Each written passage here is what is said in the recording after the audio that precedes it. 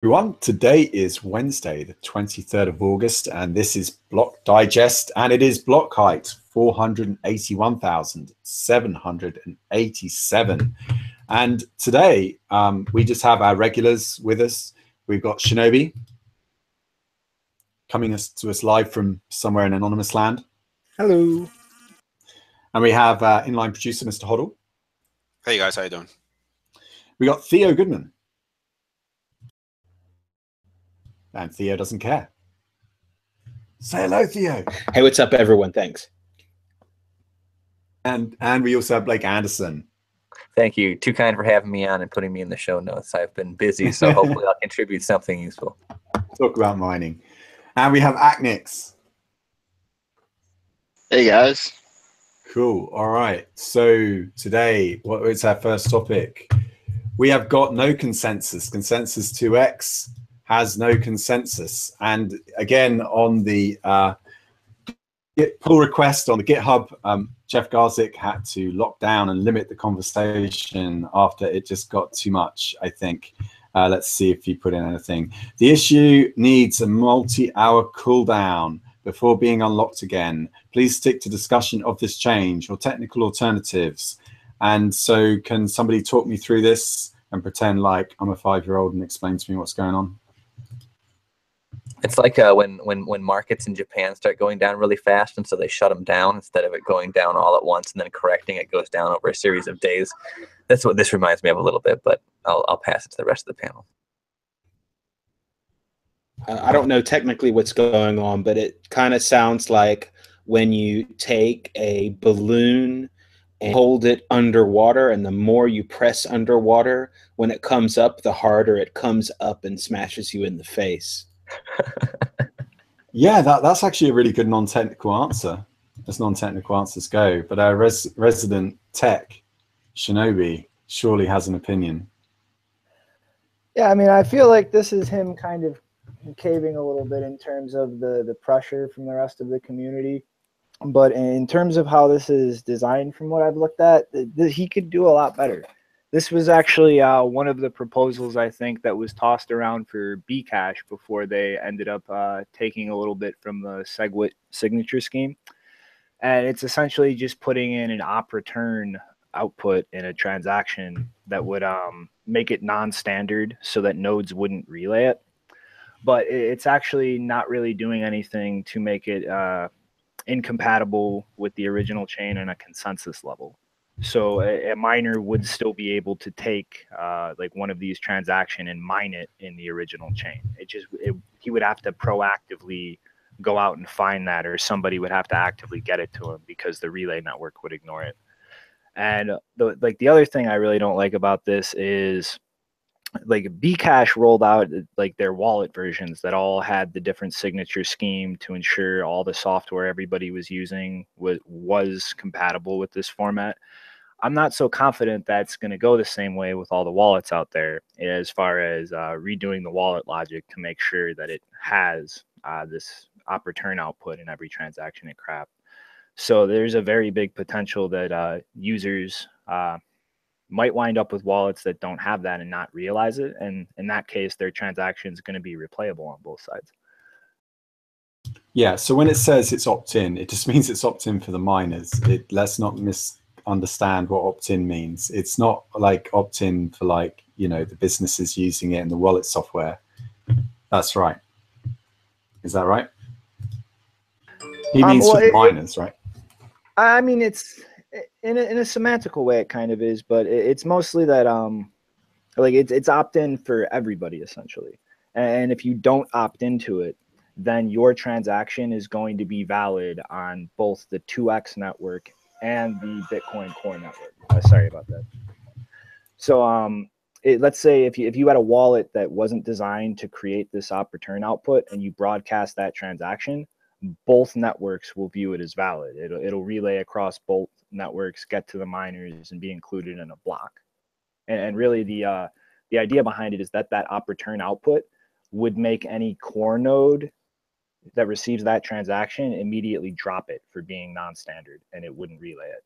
But the issue is making sure that the wallet software out there is actually modified so that all the transactions it creates have this return output. And that's like the way that he's been kind of stubborn about even broaching this topic of replay protection and how long it's taken. Like I imagine it would drag out the same way with wallet software out there implementing it. So I don't really see this as the safest way to implement replay protection. So they're kind of giving a little bit of ground, I guess, because of the pressure. Like if we think about this from a political science perspective, because I think in the future, a lot of political scientists will probably come back and look through this historical text and learn a great deal from it. But I still want to reassert my point from earlier that an opt-in transaction avoidance is, I don't like this language, this kind of fuzzy language, but it really is for the miners. And if it's for the miners, then it's out of the hands of the users. Yes, because if the miners don't respect it and they don't actually implement it, then what good is it? Am I understanding that correctly? Yeah, I mean, it's very possible you could have miners making connections out there just to grab these transactions and replay them if they were to act maliciously. So in that way, yes, it kind of depends on miners actually honoring the intention of this design. Yeah, absolutely. So it's like the intent of the law versus letter of the law. It's almost kind of like, let's say we have the executive, legislative, and judicial branches. If the legislative branch is supposed to make law, the judicial branch is supposed to uphold the law. It's almost like the miners are the judicial branch, and it's like, okay, you're given instructions here that almost allow for selective enforcement. Would you say that that's kind of a good angle, Shinobi, or do you want to clean that up better than I said it? I mean, kind of, but like I think the kind of the confusing aspect here is when it comes to the validity of transactions on the Bitcoin network, there's really two ways you can look at it: the policy and consensus. And as far as the consensus is concerned, it's at that base level. If a miner was to include a transaction outside of the consensus rules, their block would be invalid, they would be orphaned, it would simply be outright rejected by the network.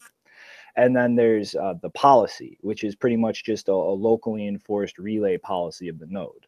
So there's actually a lot of transaction formats that would strictly be consensus valid, but are not policy valid. So it would be within the rules and it would be a valid block if a miner included it, but any nodes out there that actually see that non-standard transaction will immediately drop it and not relay it to its peers.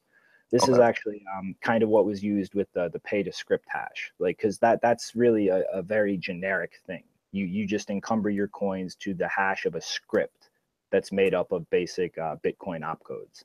And what they did is pretty much all like combinations of that are non-standard except the standardized pay to script hash multisig. So if you attempt to relay a pay to script transaction that doesn't fit that format, it's technically consensus compatible, but no node out there will accept it and relay it because it's against their relay policy. And so this replay protection is essentially counting on that replay policy in order to protect users. Great. If you want to go to the Rusty article, you can follow along, by the way, in the show notes. We've got a description of all the things, the topics that we're discussing, and links to the various articles. And we have an article here that Shinobi picked out before we came on air, which is written by Rusty Russell, who's a Linux kernel dev. He now works for Blockstream. And this article is titled "The Consensus Path to a Bitcoin Hard Fork." And I have to confess, a lot of this kind of went over my head. I mean, I read it, but Shinobi, I'm going to bow to your better judgment here and your opinion on it. Do you want to tell us the TLDR? Well, the TLDR is pretty much just Rusty trying to bring this conversation really into the public realm, really. Like most of the hard fork discussions have really been like people in their ivory towers just shouting back and forth at each other and not really looking for input from the user base.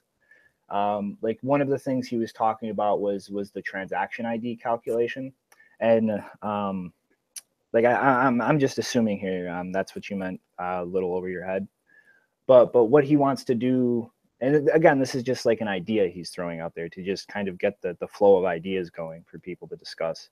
But if because Because right now what we do to calculate a transaction's transaction ID is just take the entire serialized transaction and hash that. And what he was talking about is essentially kind of doing an independent hash of the input and the output. And that way, when you go to spend your coins or an unspent output, you would have that separate ID and kind of a organizational logic so that you could grab an input, or an input, which would be previously an output for your new transaction, without having to grab the whole transaction. So it's just an idea to be a little more efficient with how the data is organized and like what you actually have to get in terms of data to create a new transaction or like cite back to in the databases of Bitcoin. And it's pretty much an efficiency with the UTXO set. And it's, again, just an idea he's throwing out there. And he kind of also went on to discuss a few of the previous block size increase proposals. Like Peter Woolley, I believe, was the one who proposed like a steady 17% increase per year up into a certain finite limit.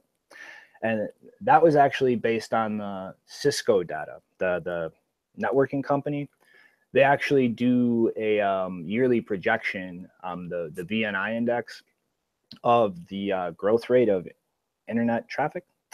And pretty much at the time, everybody was looking at the numbers and guessing 17% per year is about the curve we're following.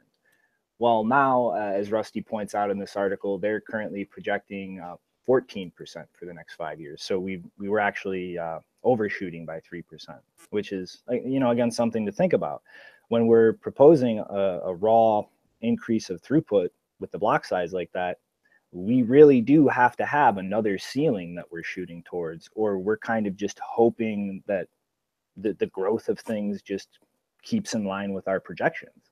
And when it comes to projections like that, we're really just guessing. I mean, it's an informed guess with the data of today, but it's still guessing.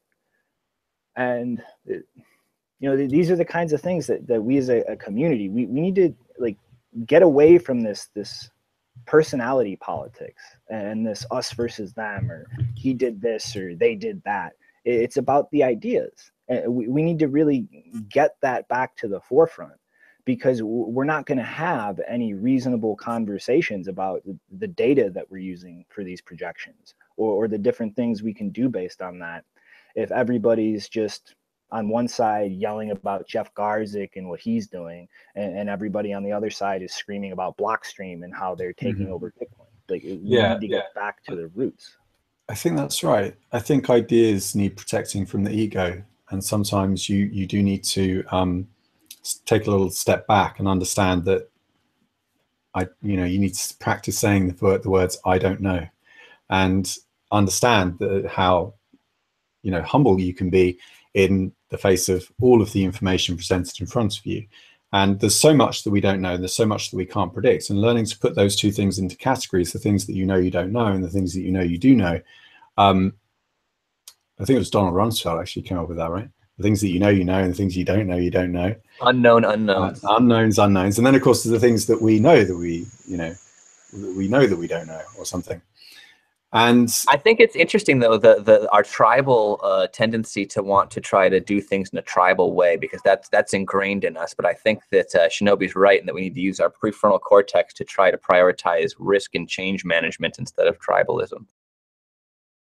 We used to have this soft fork limit before, and we were getting good metrics until this ego battle ensued, and we had these strong character forces that basically led to the elimination of the soft fork, which would have given us nicer metrics leading into this whole thing, I think. Yeah, in terms of like actually seeing, or sorry to cut you off, Theo, but in terms of like actually seeing the data and like how the network handles load and the fee markets and such, right, X? Yeah, exactly what I'm talking about. So basically, we want to be data driven and evidence driven, rather than just driven by the identity and the politics and the drama. There's always going to be politics, of course. We are a political animal. I think you can't ever escape that. But I think you can minimize it, right? There's no need to play it up. And I think when it comes to making decisions based on politics or making decisions based on engineering, and engineering is really about fault tolerance, it's understanding the affordances of the world around you, what the world can give you in terms of the physics of the universe itself, versus the needs of the user, right? You listen to wants, you provide for needs, as the saying goes in UX design. And I don't feel like that's really going on right now. I don't really feel like anyone's giving us objective data on how users are using Bitcoin. I mean, I probably gathered more objective data when I went out around London testing out ProTip and showing it to people just for my own personal research as a person building an app. I don't see an awful lot of that coming out of, you know, this debate. I haven't really seen any kind of firm numbers. So I just wanted to say something real fast. Yeah, Mr. Hoddle, please. It's very, very hard to try to get a metric on what's happening in Bitcoin. I mean, it's almost impossible. People have to understand that Bitcoin is made to be ungovernable. So to the point where, all right, you might see how many nodes are out there. You might guess how many users are out there by SPV wallets, but you don't know who's behind those addresses. I could have 20 wallets sending coins back and forth, and just because there's more transactions that are being done today doesn't mean the value of Bitcoin goes up. I know a lot of people are trying to correlate the amount of transactions to the price, and it doesn't make any sense. Bitcoin is very, very hard to try to get. It's very hard to try to figure out what everybody wants, because everybody wants something else. Everyone wants something different. The only thing that we could agree on is every 10 minutes we're going to come to consensus that Satoshi basically put out for us.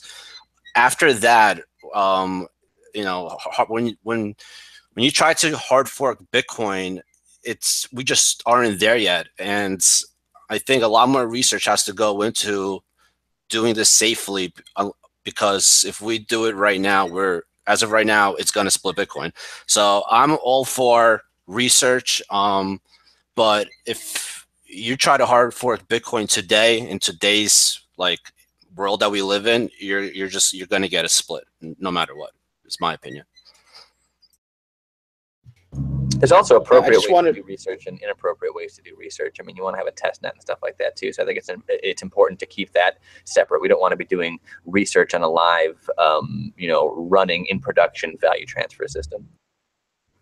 Yeah, I just wanted to say something about the tribal thing, and I think that it kind of relates. It's just that if we are in the same tribe, then what we do to get stronger is that we test each other, but we don't destroy each other. If you're in my tribe, then I don't destroy you, because then I can't get stronger from you. But we can push ourselves to the limits. But in the end, you know, we still are not going to try to kill each other because we're in the same tribe. So I think there needs to be a different way to look at it. And I think that's pretty much what you guys were saying too. You know, there needs to be arguments about the issues that are data driven, or at least if they can be data driven, and admitting that we don't have data sometimes maybe on some things, and not ego driven like we have now. And that's going to make us all stronger, and not trying to just destroy each other basically. So I think that's what it kind of comes down to, is looking at it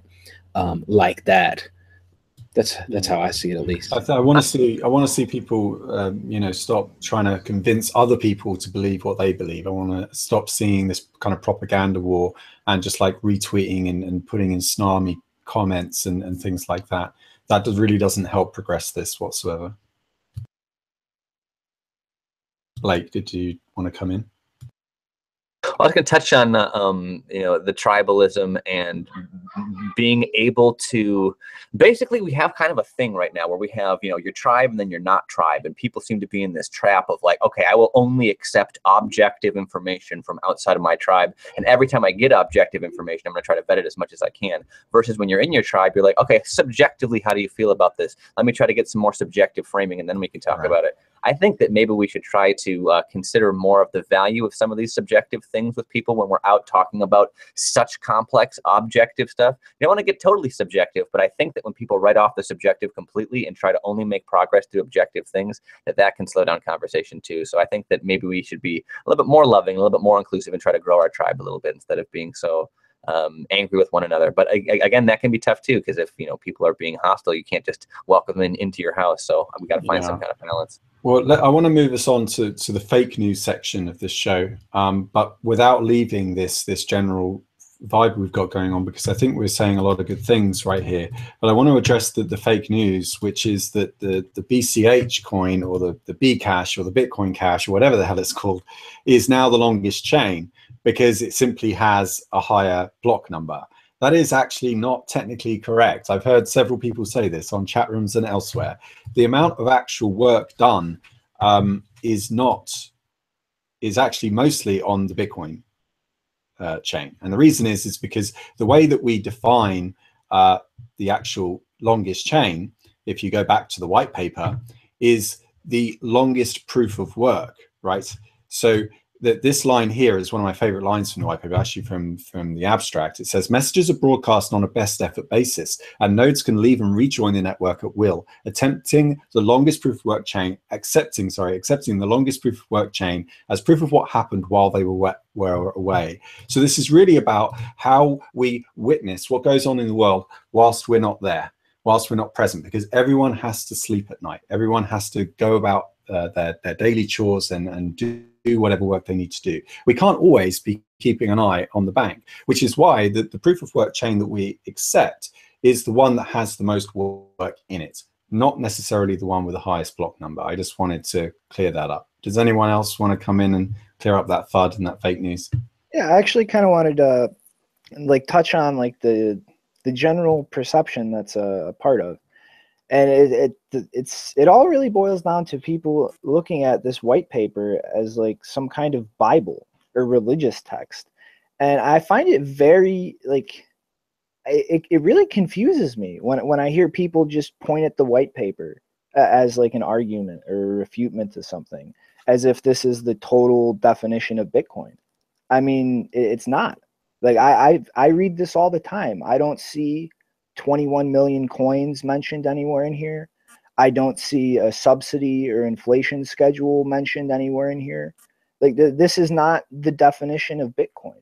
This is a white paper laying out a network architecture that could enforce the definition of Bitcoin that was laid out in the code that Satoshi released. And yes, people should read this. They should grasp this idea. This should be pushed out as a piece of literature as widely as possible. But this is not the end all be all, because Bitcoin is code. And when there are conflicts between this white paper and between what is running live on this network, the code takes precedent. This is not a complete definition of Bitcoin. This is how to ensure the integrity of that definition. And that definition is the code, not English words on a piece of paper.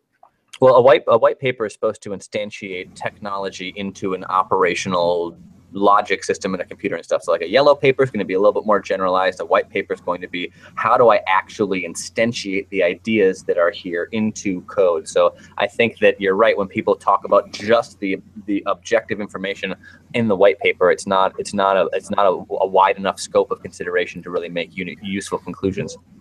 Right. And couldn't I just set up my difficulty changes so that it's pretty clear that I'm going to have a really long chain in a short amount of time? Wouldn't that be something that's possible to do if I understand correctly? I mean, I can accept the argument. I think Shinobi made a really good point, and very well articulated. I mean, I'm not trying to present the white paper as gospel. I'm simply saying that this is the definition that I was going on. And the people that simply say that, the Bitcoin Cash is the longest chain, you're just counting the number of blocks. You're not really counting how much work and how much thermodynamic, mining is a thermodynamic process for a reason, because it's the easiest way to test the honesty of the participants, because you're not going to throw away all that energy for nothing unless you really, really, really care. So I wasn't trying to present it as gospel. But yeah, and to respond to what Theo just said, yeah, you could do that. That is effectively what Bitcoin Cash did.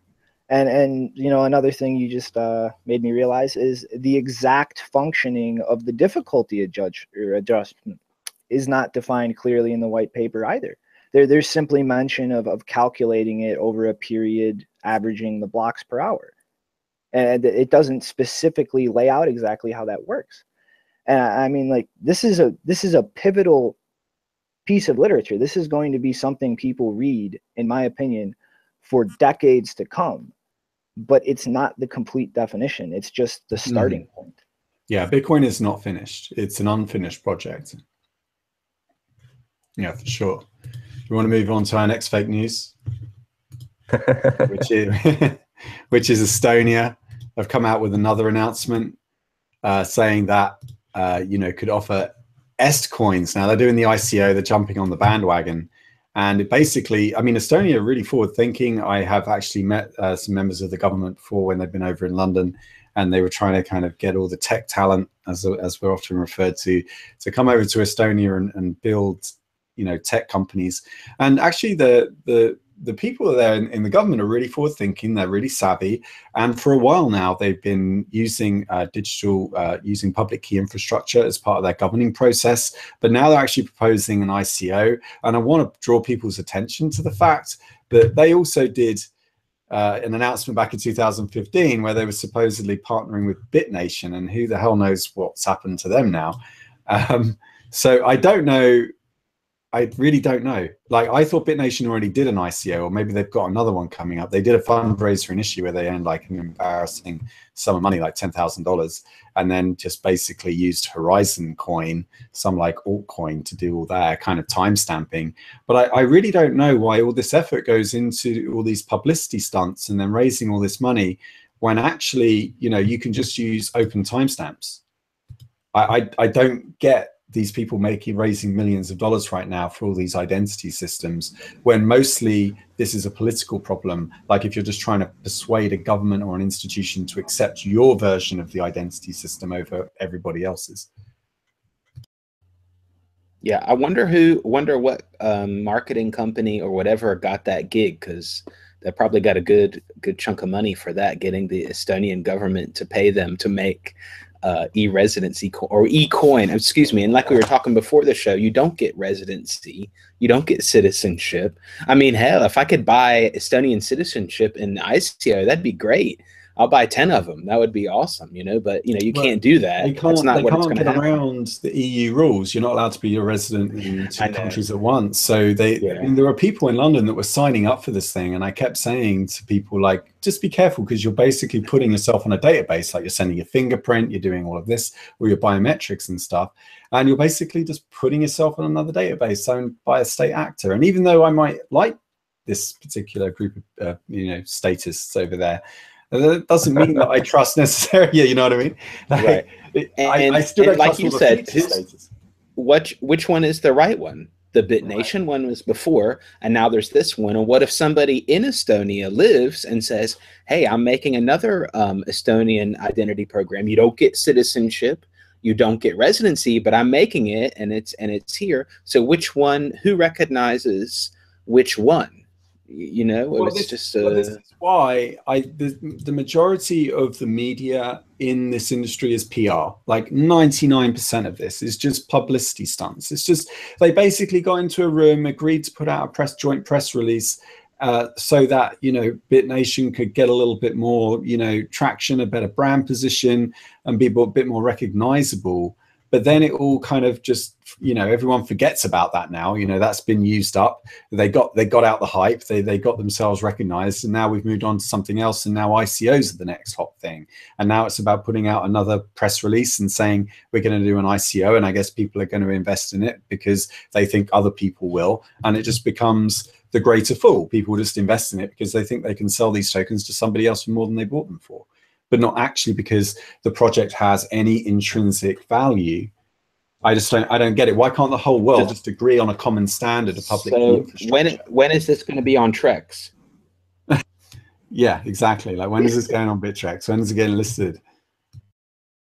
See, I kind of want to like step back a little for a second from the whole ICO angle about and kind of bring it back to the identity. Like, ultimately, an identity is just what people know you as. Like right now, I could take an empty Bitcoin address from one of my wallets, sign that key, or sign a message with that key, and put that on the screen here.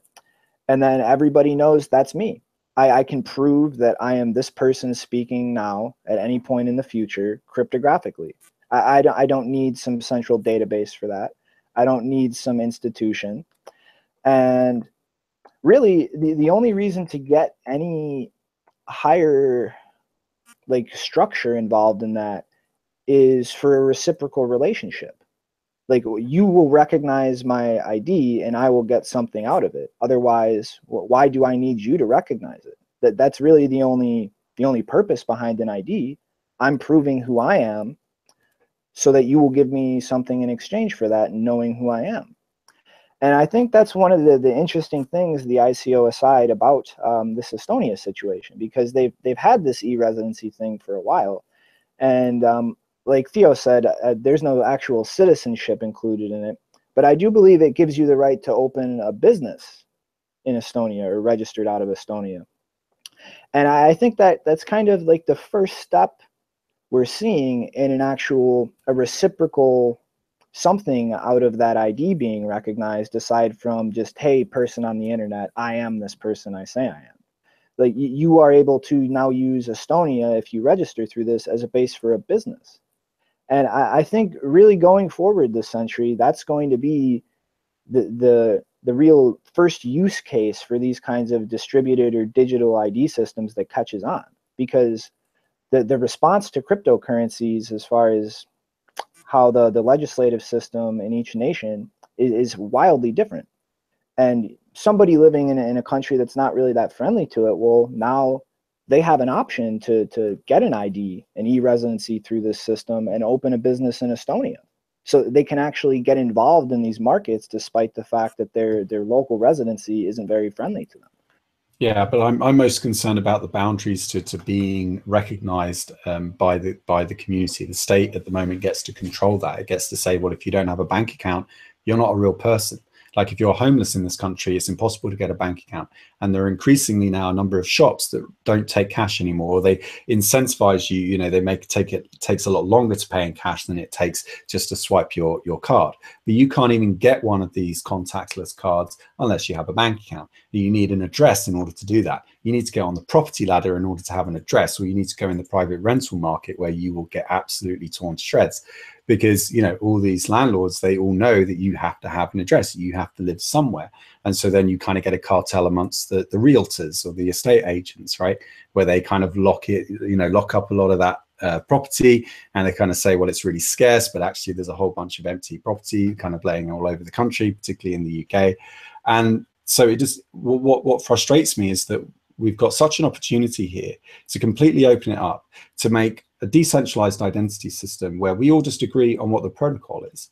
And then people can, you know, negotiate on what the various credentials are, like where we set the bar of when you become a human. I mean, you're a human, whether or not somebody validates you or not, or whether someone identifies you or not. You don't need a damn piece of plastic in order to tell you that. The reason we use public key cryptography is so that we can communicate in a secure manner at a distance, so that we can export our secrets and we can share those whilst not being together in the same room over a distance. That's the only reason we're using it. Whereas I fear that this same technology is being used by these states in order to control people, to make them kind of operate in a certain way, or to kind of as a form of surveillance. And I'm particularly concerned, I have questions about what they plan to do with the voting, because they mentioned voting as well in that Medium post. And I don't know whether the voting is blind. I hope, I mean, it's got to be surely, but if you're voting through this system, I would really like, if anybody knows, maybe put it in the comments. We can do some more research in a follow-up show.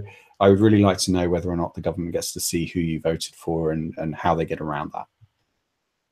Yeah, I'm not really sure on the specifics of how it works on the back end. I did a little reading about this, I want to say like sometime last year, but it's been a while since I really got into the details of it.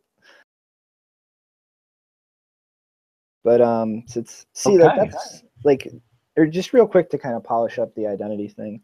Yeah, I do. Like I think it's going to be kind of like the two opposite ends like reaching towards each other, because like the concern, like every concern that you just laid out is extremely valid, and when it comes to taking an identity and really plugging that into a pool of resources or opportunities like that, yeah, they're walled gardens, and I think they're going to be walled gardens for a while, and you're going to see like systems like this in Estonia attempt to kind of contain or keep control of their walled gardens through these types of programs. But like I said, though, the interesting thing is I don't need to get involved in those gardens unless I want something out of them. I can just throw out a signed message by a random key right now, and that's my identity. And it might not meet the bar or the criteria for all of these pools of resources and access to opportunities, but you on the internet, it's good enough to prove that I'm me to you. And people will start doing that. They will refuse to plug into these pools of resources. And I think we will see them start to atrophy to a degree until they finally start buckling and acknowledging these more organic, less gated webs of trust that build up. Because if everybody starts moving into those out of their walled gardens, they really won't have a choice except to start integrating them in some way or really just lose control. Agnes, before I move on to our last topic, you were speaking very eloquently earlier on about how we could actually create some of these existing social networks that we have, like Twitter, and actually decentralize them and make them cryptographically secure. Did you want to quickly riff on that right now? Or should we? It's all still a little new for me, and I'm still kind of trying to cement it all in my head. But I'm thinking the general premise is we leverage the momentum that we already have in these big systems like Twitter, Facebook, etc., and we try and decentralize that a little bit. We try and get that distributed and provide services from what we store locally in various different ways. I don't really want to elaborate any more than that at this point. Yeah, I mean, I think the internet helped people to understand that we can draw demarcation not around coincidence of geography, but rather around shared values. And that's kind of what the internet means, is that I can, go onto a forum or join a chat room or set up a YouTube channel with a bunch of people that share a common interest and share, a cultural alignment. And you didn't have that with geography before, when people were just born into somewhere where you could have been born into a nice regime, or you could be born into a despotic regime, and you really didn't, it really was up to the lottery. And so I feel like the internet has given us this opportunity, and especially with the open source public key infrastructure that has existed for many decades. It's a very mature technology. It's well understood from a computer science perspective. And if we just keep creating all these ICOs and we keep trying to do all the politics and getting all these different nation states, rather than trying to build a system over here and seeing how it competes with the existing establishment, I feel like, I don't know, we're just going to regret that. And, particularly our grandkids looking back on it. So lastly, and I guess we'll have to move on because we're running out of time a little bit, I did pick out this really good post I found on our Bitcoin. I do show our BTC articles sometimes. Don't worry, I'm checking all the different subreddits in case anybody out there thinks I'm just selectively picking from our Bitcoin. I really like this, what Bromel was saying here on our Bitcoin, where he says, stop complaining about attacks against your favorite blockchain. And the point he's trying to make is that whether it's transaction spam, network attacks, hash rate, forking attempts, the point is that you should be able to withstand that. Like, your blockchain has to be resilient against these types of attacks. And it's exactly, what he's articulated perfectly, what I was kind of thinking in my head for the last, year, I guess, is that when everyone says, oh, Bitcoin's going to die and, people are going to fork it and it's going to be a disaster. Yes, I understand that the forking could be an advanced persistent threat, but Bitcoin has to be able to stand up to that. And if it doesn't, then the experiment is over and we all go home. Does anyone have any thoughts in closing? Yeah, I mean, that's ultimately, yes, there's a technical protocol, there's the physical infrastructure in terms of the mining equipment and things like that. But ultimately, this is a system of social incentives. And those social incentives, if they're not able to keep themselves in line and keep all of the disparate parties in this system moving forward in lockstep, then yes, then the system is a failure.